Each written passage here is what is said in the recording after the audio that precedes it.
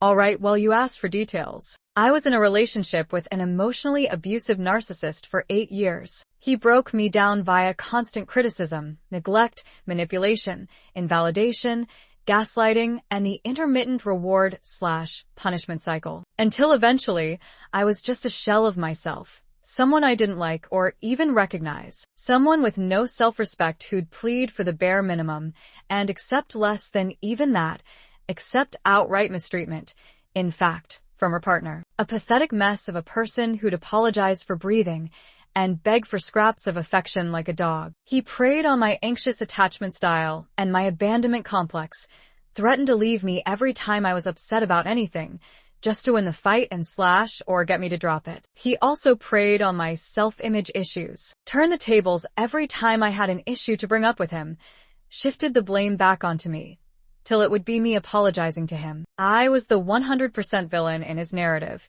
and him the 100% victim. I adopted that narrative, internalized his low opinions of me, told myself that I deserved it, just to keep the peace. But at the end of the day, it just wound up giving him that much more of an excuse to hate me. And OFC, it made me hate myself as well. I was battling panic attacks, self-harm, and SI constantly. So the abuse started ratcheting up. Him throwing things, breaking things, including prized possessions of mine, locking himself into a room, sometimes for days, and refusing to speak to me, and slash or walking out on me without telling me where he was going, blocking my number, withholding basic things, namely money, and any slash all information regarding financial records. Oh, and at this point we'd been together for the better part of a decade, shared a home, and were married. He even tried to have me 51-50-foot a few times. I involuntarily committed, called the cops on me, told them was dangerous, had me dragged out of my home in handcuffs.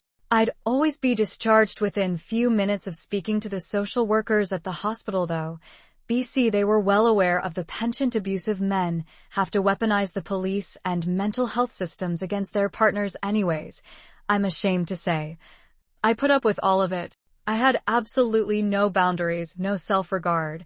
Honestly, at that point, it felt like I had no identity at all. I'd just completely lost myself in the relationship. So I stuck around and tried everything to make it work. Even tried a trial separation for a while, but only after he'd forcibly kicked me out of our shared home. Spent a few months in another state, staying with family and trying to work on all the things he'd told me to work on. Got a new job, paid off our debt, quit smoking cigarettes, started therapy, etc., etc. After a while, he wanted me to come home. But all during this time he'd continued emotionally abusing me, and the distance between us, combined with the fact that he no longer had anything to complain ABT now that I was doing all the things he'd ever asked of me, made me hesitant. I told him if he wanted me back, he'd have to show me, put in the effort, and come get me.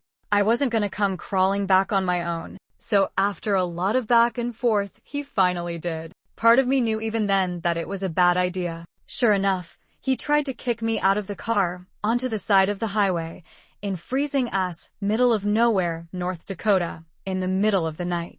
Threw a fit as we were packing the car at 1.2, threw my stuff around, screamed "fuck you," and "shut the fuck up" at the top of his lungs like 1,000 times, threatened to leave me again. So, obviously it all went to shit as soon as we got home. I'm ashamed to say, I put up with all of it, and in the end it was he who left me. He told me to get out of his house.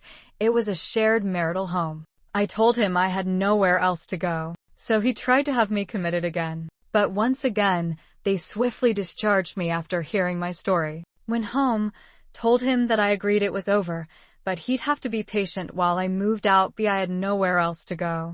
He proceeded to grab me by my arm, yank me and my small, elderly dog off the couch, drag us across the room, shove us out the door, and lock it behind us. In midwinter. In the Midwest, of all places, winters are brutal there. And in nothing but my pajamas. Never even got to go back to collect any of my things, but at least I had the dog. He then immediately began the process of trash talking me to all of my friends, who all took his side and wrote me off. I flew to Seattle, where I'd been staying during our separation.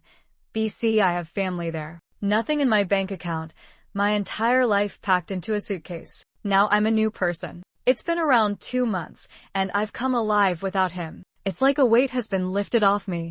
I've invested back into all my old hobbies. I'm reading and writing again, singing and dancing again, smiling and laughing again. I'm learning new things, started learning a new instrument, a new language, etc.